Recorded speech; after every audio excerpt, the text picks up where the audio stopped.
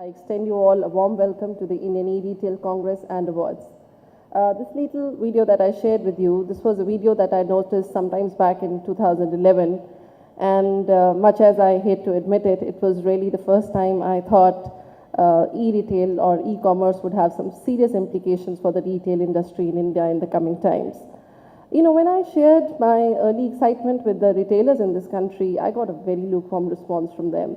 Some retailers told me online was perhaps just another .com bubble waiting to happen, while some others who had some significant amount of online presence, or what could be termed as significant, were pretty skeptical or critical about the entire acceptance of the business model or its longevity.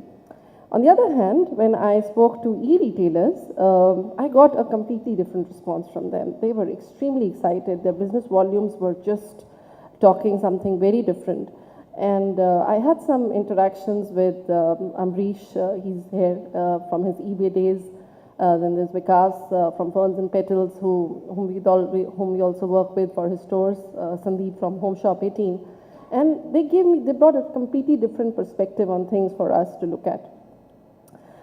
Having said that, I also attended some e-commerce forums, which were probably, though I felt that at that point of time they were more technology-centric. But some e-retailers shared their commercial figures and how they were selling in tier 2, tier 3 cities, which I thought was, again, very interesting. Nevertheless, while this was going on, internally we debated that there was too much technology at play over here. And, with technology changing as fast as it does these days, it could only be an enabler to the whole program. It could not really be an inspiration for people to buy. Before I go on, I would also like to recall one of my own experiences that I had with, very recently, I think a few months back, with an online book retailer. It's a leading book retailer in India today. I ordered about 8 books from them, 1,000 rupees worth, and I must say I got some exceptional consumer service from them. But what I noticed was that I received the books in about 4 different shipments, 2 books, and so on. Now, retail industry in India is about a $500 billion business, in which organized retail is about 10% and online retail is about less than 0.5%.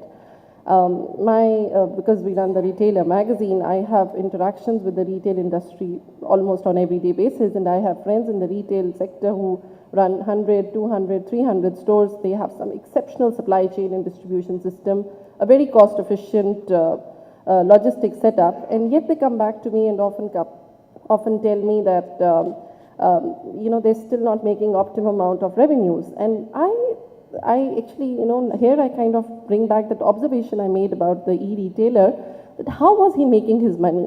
But anyway, this is just an observation, and I'm sure we'll be discussing a lot of such areas, a lot of such debates would happen over the course of 2 days, which would help us find a lot of answers to the whole business model. We did some online surveys. We actually used our own strength of our offices at Franchise India to get figures from smallest of cities in India, metros, tier 1, tier 2, even down to the Brugars of the world, to figure out what was, how they were excited about online retail. So, while a lot of these figures is something that you'll come across in the e-retail report, which we'll launch shortly.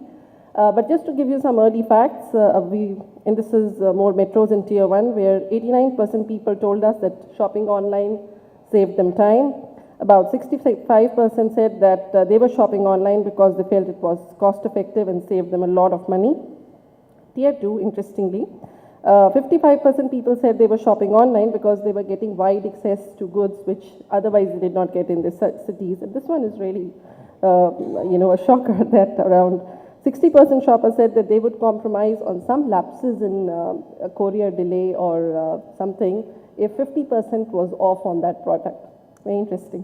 Now, women who were shopping online said that, it was very quick and very convenient for them to shop online, but there was the fun which they used to, and the vibrance that they get at a mall or a high street was something they found lacking.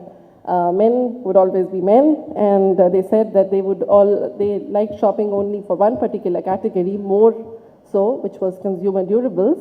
And the whole logic of them for shopping online was that it had to be value-wise for them. So I guess, again, some interesting findings, but what we came across from a consumer category was that the age of the couch consumer is probably going to be emerging a lot more than probably the consumer who'll walk down to the next mall. Some facts that we also picked up about the e-commerce business model while this whole research was going on. And we felt that the whole business model really is about 25% based upon technology. The rest, 75 to 80%, is based upon retail. It carries some enormous amount of sourcing to procurement, to merchandising, to logistics, delivery, warehousing, and eventually satisfying the customer. So, with all due regard I have to technology entrepreneurs who will be here, and particularly the ones who may be looking to start up this business, it is really has a lot to do with retail.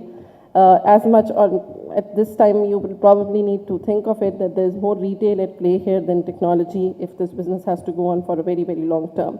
That was perhaps one of the reasons why we called this forum the eRetail forum rather than e-commerce forum, because we felt that the science of retail, which we have acquired with the retail industry, is something that we wish to share with the e-retailers who are present over here. Another thought that came to our mind was that, and maybe it's a forward thought, and let's see how it goes from here, but we felt that if the brick and mortar today needs to go the click way, there is also a good chance that the e-retailers may need to think of having some kind of physical presence to back up their e-retail setup for the consumer to really be able to, get some touch and feel of the product or some touch and feel of the brand outside the laptops or tablets or smartphones.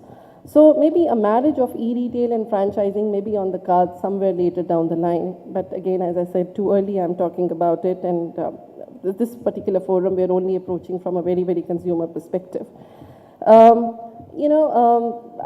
could go on, but that's not my intention really. So my idea over here is to kind of welcome you all, and I think that fact that you came out here, made time to spend these 2 days, we'll try to create some fantastic learnings for you over e-retail over the course of these 2 days.